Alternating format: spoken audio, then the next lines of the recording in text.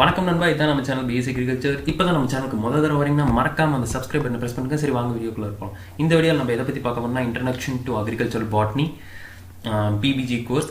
So இதில் first லெக்சரோட first part தான் இந்த இது. ஸோ இந்த ஃபஸ்ட்டு பார்ட்டில் வந்து பார்த்தீங்கன்னா பெந்தமன் ஹூக்கர் கிளாஸிஃபிகேஷனை பற்றியும் இன்டர்நேஷனல் கோட் ஆஃப் நாமென்க்ளேச்சர்ஸ் ஸோட பேசிக் கைட்லைன்ஸ், ஆத்தர் சைட்டேஷன், அதே மாதிரி அக்ரிகல்ச்சர் கிளாஸிஃபிகேஷன் கிராப்ஸ், இது எல்லாமே வரும். ஸோ இந்த லெக்சரோட ஃபஸ்ட்டு பார்ட் மட்டும்தான் இந்த வீடியோவில் இருக்குது. அண்ட் அதர் பார்ட்ஸ் வந்து நான் திருப்பி சொல்கிறேன். ஸோ இப்போ நம்ம பாட்னி பிபிஜின்றது பாட்னி கோர்ஸ்ன்னு சொல்லிட்டு எல்லாருக்குமே தெரியும். ஸோ பாட்னின்றது வந்து எதுலேருந்து உருவாச்சுன்னு சொல்லிட்டு பார்த்தீங்கன்னா பொட்டானின்னு சொல்லக்கூடிய ஒரு க்ரீக் வேர்ட்லேருந்து தான் உருவாச்சு. ஸோ அந்த பொட்டானின்ற வேர்டுக்கு வந்து அர்த்தம் என்னன்னு சொல்லிட்டு பார்த்தீங்கன்னா ஹெர்ப்ஸ் அப்படின்னு சொல்லிட்டு அர்த்தம். ஸோ இந்த பாட்னின்னு நம்ம படிக்கும்போது நம்ம 12th படித்த மாதிரியே தான் இதுலேயும் வந்து பார்த்தீங்கன்னா நிறைய சயின்டிஸ்ட்டை பற்றியே தான் நம்ம படிக்கிற மாதிரி இருக்கும். ஸோ அதில் ஒரு சில இம்பார்ட்டன்ட் சயின்டிஸ்ட், அதே மாதிரி அவங்களோட ஒர்க்ஸை பற்றி நான் இதில் சொல்லியிருக்கேன். இந்த ஃபஸ்ட் லெக்சர் வீடியோட ஃபஸ்ட் பார்ட்டில் சொல்லியிருக்கேன். ஸோ ஃபஸ்ட்டு வந்து பார்த்தீங்கன்னா தியோக்ரட்டஸ். ஸோ அவர் வந்து பார்த்தீங்கன்னா ஸ்டூடெண்ட் ஆஃப் அரிஸ்டாட்டில்னு சொல்லிட்டு சொல்லலாம். ஸோ இவர் வந்து என்ன செஞ்சாருன்னு சொல்லிட்டு பார்த்தீங்கன்னா இவர் ஆனுவல்ஸ், பைனியல்ஸ், பெர்னியல்ஸ்ன்னு சொல்லிட்டு அதோட டியூரேஷனை வச்சு பிளான்ஸ் வந்து பிரித்தார்.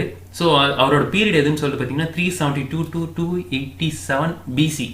ஸோ இவர் பிரித்ததோட கிளாஸிஃபிகேஷனை வந்து நம்ம என்னன்னு சொல்லிட்டு கூப்பிட்றோம்னு சொல்லிட்டு பார்த்தீங்கன்னா ஹிஸ்டோரியா பிளான்டாரம்னு சொல்லிட்டு ஒரு கிளாஸிஃபிகேஷன் இதில் தான் பிரித்தார். ஸோ அதில் வந்து அதோட பிளான்ஸோட ஃபார்ம், டெக்ஸ்டருக்கு ஏற்ற மாதிரி ஹெர்ப்ஸ், ஷேர்ப்ஸ், அண்டர் ஷேர்ப்ஸ், ட்ரீஸ்ன்னு சொல்லிட்டு டிஃப்ரெண்ட்டாக 4 தான் வந்து பிரிச்சிருந்தார். அதே மாதிரி இவர் வந்து அந்த காலத்துலேயே வந்து பார்த்தீங்கன்னா 450 கல்டிவேட்டட் பிளான்ஸ். ஸோ அன்றைக்கி மக்கள் வந்து விவசாயத்தின் மூலிமா கல்டிவேட் பண்ணிருந்த 400 செடிகளை வந்து அதோட ஓவரி பொசிஷன், அதே மாதிரி நேச்சர் ஆஃப் கரோலா வச்சு கிளாஸிஃபை பண்ணார்.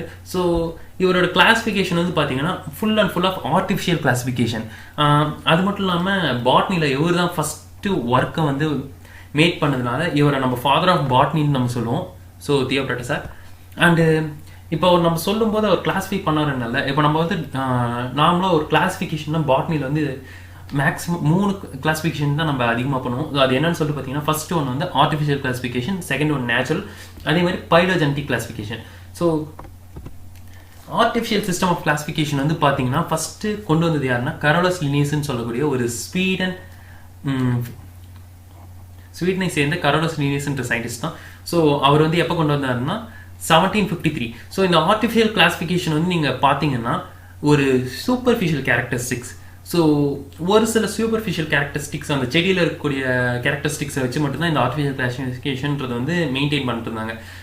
அதே மாதிரி ஸோ இந்த கரோலஸ் லினியஸ்ன்ற வந்து என்ன பண்ணாருன்னு சொல்லிட்டு பார்த்தீங்கன்னா அவர் ஸ்பீசியஸ் பிளான்டாரம்னு சொல்லிட்டு ஒரு புக் ரிலீஸ் பண்ணார். அதில் வந்து பார்த்தீங்கன்னா நியர்லி 7300 ஸ்பீஷீஸ் ஆஃப் பிளான்ஸை வந்து பார்த்தீங்கன்னா அவர் டிஸ்கிரைப் பண்ணியிருந்தார். அது மட்டும் இல்லாமல் அந்த 7300 ஸ்பீஷீஸ் ஆஃப் பிளான்ஸை வந்து 24 கிளாஸாக பிரிச்சிருந்தார். ஸோ அது எதை வச்சு கிளாஸிஃபை பண்ணாருன்னு சொல்லிட்டு பார்த்தீங்கன்னா ஸ்டேமன்ஸோட கேரக்டரிஸ்டிக்ஸ், அதோட நம்பர், யூனியன் லென்த், அதை வச்சு இது பண்ணார்.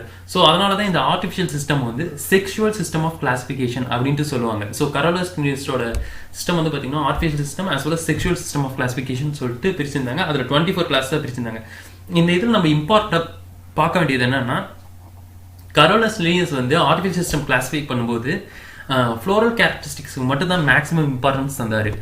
ஸோ அதனால தான் இந்த ஆர்டிஃபிஷியல் சிஸ்டமில் வந்து பார்த்தீங்கன்னா ட்ராபேக்ஸாக வந்ததே அந்த செக்ஷுவல் சிஸ்டம் வச்சு கிளாஸிஃபை பண்ணதான். ஸோ அது என்ன ஆச்சுன்னு சொல்லிட்டு பார்த்தீங்கன்னா குரூப் பண்ணும்போது ரொம்பவே க்ளோஸாக ரிலேட்டடாக இருக்கக்கூடிய ஸ்பீஷீஸை வந்து வைடாகவும் ரொம்ப அன்ரிலேட்டட் ஸ்பீஷீஸை வந்து சேம் குரூப்லேயும் வச்சுட்டாங்க. எக்ஸாம்பிள் வந்து பார்த்தீங்கன்னா ஜிங்கிபெரேசி ஆஃப் மோனோகாட்லனா அனகார்டிசி ஆஃப் டைகாட்லன்ற ஸ்பீஷீஸ் வந்து பார்த்தீங்கன்னா மோனான்ட்ரியான்னு சொல்லக்கூடிய ஒரே குரூப்பில் வந்து அவர் பிளேஸ் பண்ணியிருந்தார். அது காரணம் என்னன்னு சொல்லிட்டு பார்த்தீங்கன்னா அது ரெண்டுக்குமே ஒரே ஒரு ஸ்டாமன் தான் இருக்குன்னு சொல்லிட்டு. பட்டு அது வந்து ஒரு மேஜர் ட்ராபேக். அது மட்டும் இல்லாமல் இதில் வந்து ஒரு நேச்சுரல், அதே மாதிரி phylogenetic relationship, so different group of பிளான்ட்டுக்கு வந்து இம்பார்ட்டன்ஸ் தராததுனால இது ஒரு ட்ராபேக் ஆகிடுச்சு. ஸோ அடுத்து வந்து நம்ம பார்க்க போகிறது வந்து பார்த்தீங்கன்னா natural system of classification. So natural system of classification வந்து பார்த்தீங்கன்னா ஒரு செடியில் இருக்கக்கூடிய அத்தனை இம்பார்ட்டன்ட் கேரக்டரிஸ்டிக்ஸுக்குமே வந்து பார்த்தீங்கன்னா இன்க்ளூட் பண்ணியிருந்தாங்க. அது மட்டும் இல்லாமல் இந்த பிளான்ஸை வந்து ரிலேட்டட் அஃபினிட்டிஸ், ஸோ க்ளோஸ்லி ரிலேட்டட் குரூப்ஸை வந்து ஒன்றா வைக்கிறது, அந்த மாதிரி அத்தனை இதுவுமே நம்ம மெயின்டைன் பண்ணுறாங்க. அதே மாதிரி பிளான்ஸில் இருக்கக்கூடிய கேரக்டரிஸ்டிக்ஸை வந்து ஒவ்வொரு கேரக்டரிஸ்டிக்கும் கன்சிடர் பண்ணிட்டு அந்த சிஸ்டமில் வந்து கிளாஸிஃபை பண்ணும்போது டைரெக்டாக அப்சர்வ் பண்ணி வந்து மெயின்டைன் பண்ணாங்க. ஸோ இந்த நேச்சுரல் சிஸ்டம் வந்து இம்பார்ட்டண்ட்டாக இந்த சிஸ்டமுக்கு வந்து காரணமாக இருந்தவங்க யாருன்னு சொல்லிட்டு பார்த்தீங்கன்னா Carolus Linnaeus, Bentham and Hooker, Engler and Prantl as well as John Hutchinson. So இவங்க 4 பேர் தான் இந்த நேச்சுரல் சிஸ்டம் வந்து சயின்டிஸ்ட்னு சொல்லலாம். ஸோ நேச்சுரல் சிஸ்டம்க்கு இன்னொரு சிஸ்டம் வந்து என்னன்னு பேர் என்னன்னு சொல்லிட்டு பார்த்தீங்கன்னா மாடர்ன் கிளாசிஃபிகேஷன் ஆஃப் பிளான்ட்ஸ்ன்ட்டும் சொல்லலாம். அதே மாதிரி இந்த நேச்சுரல் சிஸ்டம்லேயும் ஒரே ஒரு ட்ராபேக் இருக்குது. அது என்னன்னு சொல்லிட்டு பார்த்தீங்கன்னா எவல்யூஷனரி ரிலேஷன்ஷிப். ஸோ இப்போ எப்படி அந்த செடி இருக்குன்னு சொல்லிட்டு அதோட கேரக்டரிஸ்டிக்ஸ் இது பண்ணாங்களே தவிர எவல்யூஷனரியா ஸோ இதுக்கு முன்னாடி எப்படி இருந்திருக்கும் அந்த மாதிரி டிஃப்ரெண்ட் குரூப்ஸ் ஆஃப் பிளான்ட்ஸில் எவல்யூஷனரி ரிலேஷன்ஷிப் வந்து கொண்டு வரல. ஸோ இப்போ வந்து நேச்சுரல் சிஸ்டம் மூலியமாக இதான கிளாஸிஃபிகேஷனில் Bentham and Hooker system of classification மட்டும் நான் இதில் சொல்கிறேன். ஸோ இவங்க தான் George Bentham as well as sir Joseph Dalton. So இவங்க 2 பேருமே பார்த்தீங்கன்னா English botanist. Royal botanical garden of கீவில் வந்து பார்த்தீங்கன்னா கீவ் அது வந்து லண்டனில் சிச்சுவேட் இருக்குது. ஸோ அவங்க வந்து natural system of classification establish பண்ணது இவங்க 2 பேரும் தான். ஸோ இதுதான் இந்த ராயல் பொட்டானிக்கல் கார்டன் கீவ் லண்டனோட இமேஜ். ஸோ இதுதான் அந்த Bentham and Hooker modern system of classification. So இவங்க வந்து ஃபஸ்ட்டு பிளான்ட் கிங்டமில் வந்து ஸ்போர்ஸ் ப்ரொடியூஸ் பண்ணுறது அதே மாதிரி சீட்ஸ் ப்ரொடியூஸ் பண்ணுறதுன்னு சொல்லிட்டு 2 இதாக பிரிச்சிருந்தாங்க. அதை வந்து கிரிப்டோகேமி, ஃபெனோரோகேமிட்.